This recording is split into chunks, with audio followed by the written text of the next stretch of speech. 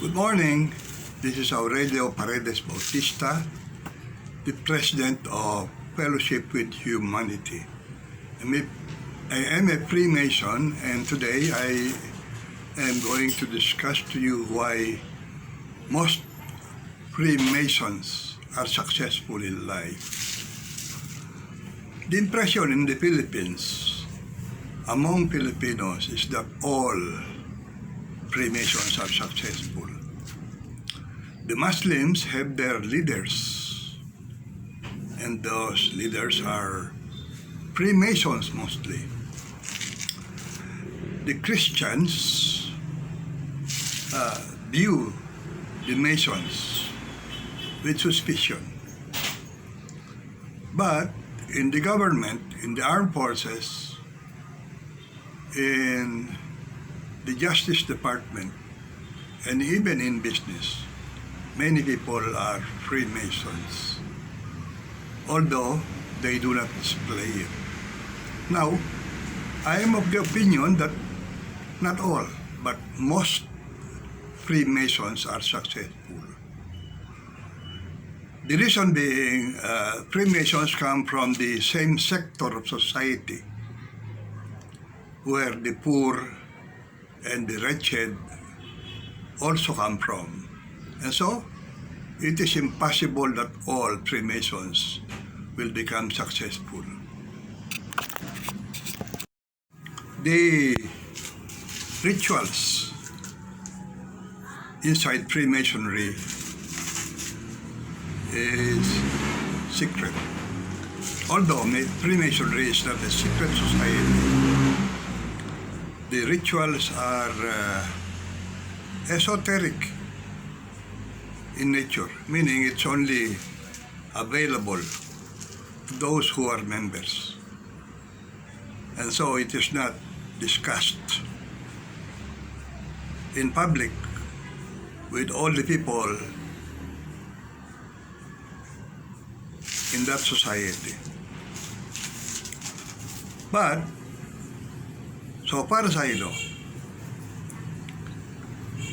the teachings of Freemasonry mostly are the same as those being taught to Catholics, although there is a difference in devotion. The 7 cardinal virtues are faith, hope, charity, prudence, temperance, fortitude, and justice. Those are being taught to Catholics. But my impression is that they're being taught in passing. In Freemasonry, although 7 cardinal virtues are also taught, and they are fully explained, and we are made to memorize the meaning, the definitions of all those virtues, especially fortitude, temperance, prudence, and justice.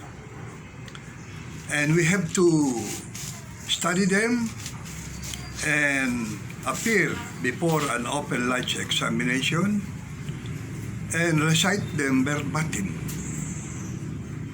in order to pass through the 3 stages available in the what we call the Blue Lodge. Aside from the virtues, we are governed by the tenets. The tenets being brotherly love, relief, and truth.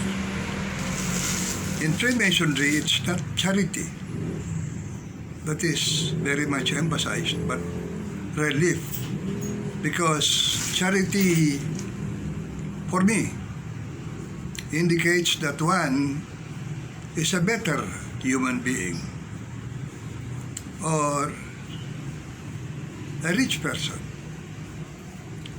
trying to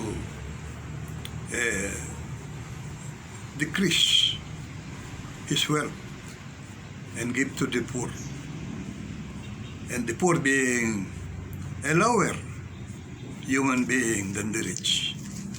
When we say relief, there is no double standard. There is no rich, there is no poor. Relief is just sharing. Brotherly love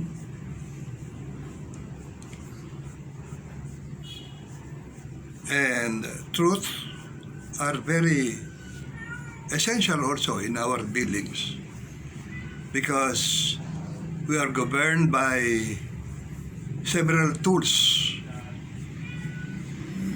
being used by the operative Masons in building an edifice or a building or a temple. During the first degree, and as an entered apprentice Mason, we are introduced to the tool of the operative Mason as the common gable. And in speculative masonry, it is translated into another meaning. Let me tell you what the common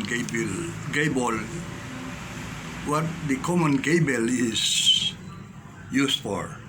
It is an instrument used by operative Masons to break the rough and superfluous parts of stones, the better to fit them for the builder's use. But we, as free and accepted Masons, are taught to make use of it for the more noble and glorious purpose of divesting our hearts and consciences of all the vices and superfluities of life, thereby fitting our minds as living stones for that spiritual building, that house not made with hands, eternal in the heavens. Now, let me explain to you the impression that it created on me when I recited it, when I memorized it and put it into my heart. Because the common gable is a tool, a physical tool. And we have to deal with spiritual things. That is the mystic portion of Freemasonry. That we take a parallel meaning to that divesting of the superfluous parts, to that of divesting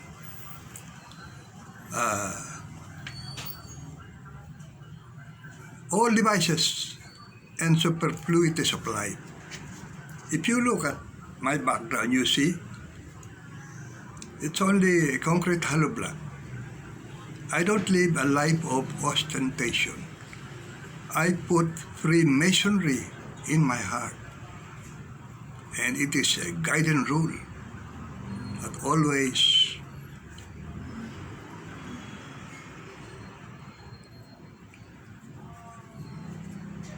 makes me walk the path in my life. Also, aside from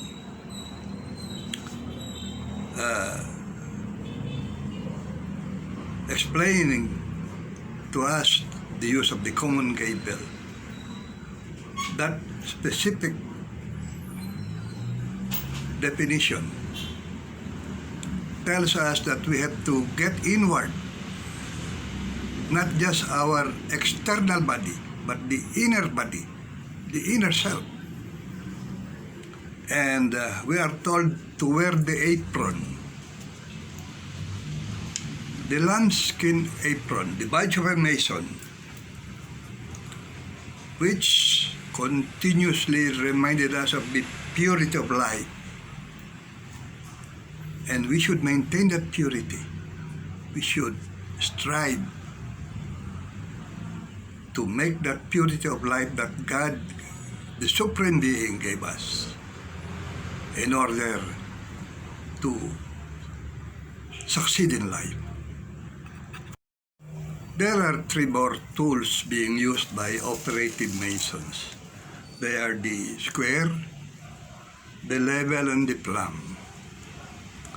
But we as free and accepted Masons are taught to make use of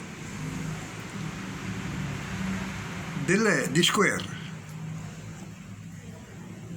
as a symbolism that we should be fair and square in our dealings with everyone. The level reminds us that we should be egalitarian in nature. We should not seek elevating ourselves over the others, especially in our daily dealings. And the plumb reminds us to stand erect, be truthful, be just in front of our fellow human being. If you will look at the background, you will see that there is a square and compass. I already discussed to you the symbolism of the square, but the compass, in ordinary work, workmen use that to make a perfect circle.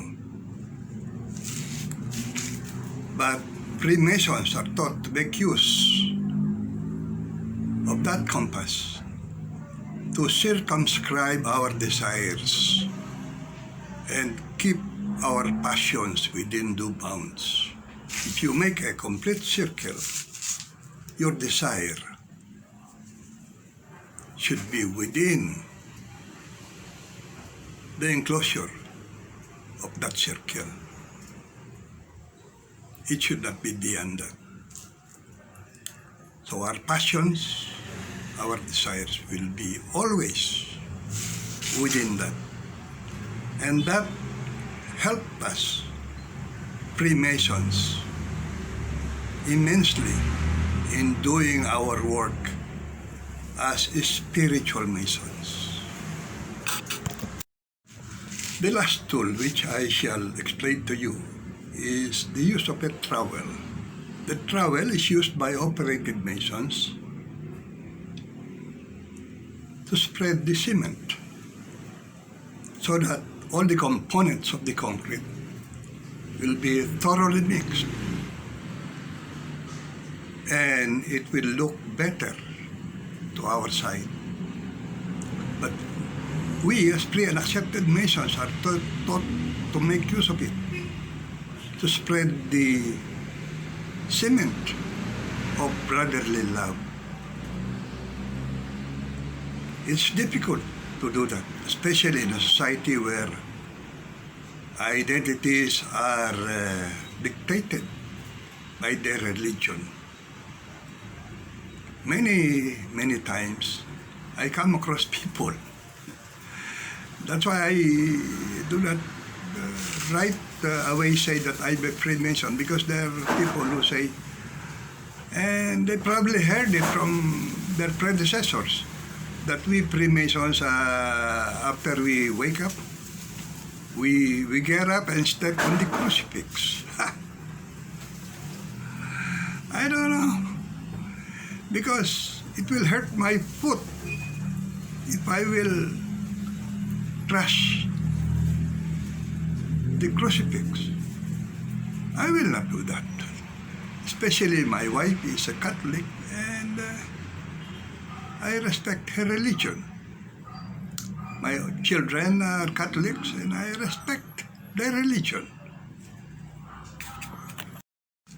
Now, to come to the point of why most Freemasons are successful. Masons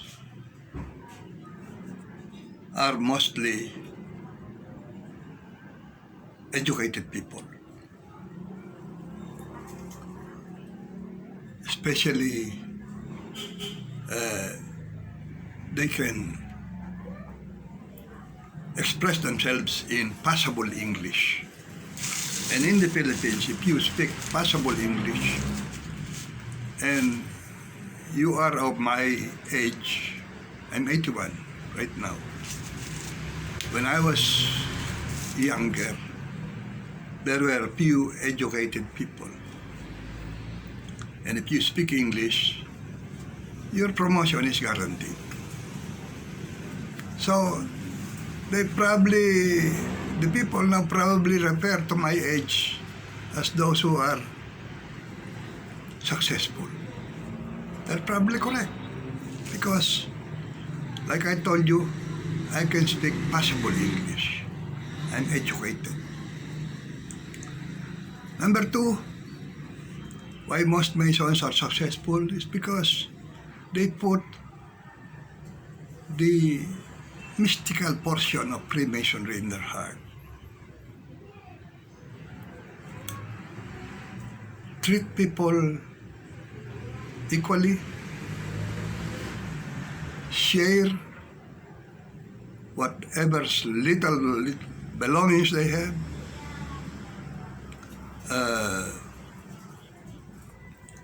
be fair, be just do the right thing. Because there is a law which I read, probably invented by Ralph Waldo Emerson. He called it the law of compensation. And it means that the minute you start a good deed, the fruit of the reward is starting to be born also. Likewise, if you do wrong action, the seed of the punishment is also beginning at that exact point of time. So, I know that most Freemasons are doing good. You know why? Well, people are classified as either good or bad. Like an electric fan, we oscillate. But the beauty in Freemasonry is that we have what we call counsel from mouth to ear. We do that in our own way as Freemasons. If we see if we see a brother doing something wrong, we come closer, whisper to the ear, brother, that's wrong. So there is already a reminder to a person who is doing something wrong that the repentance should begin and come to what is good. So, with all those explanations, I hope to convince you that's the reason why most Freemasons are successful in the Philippines.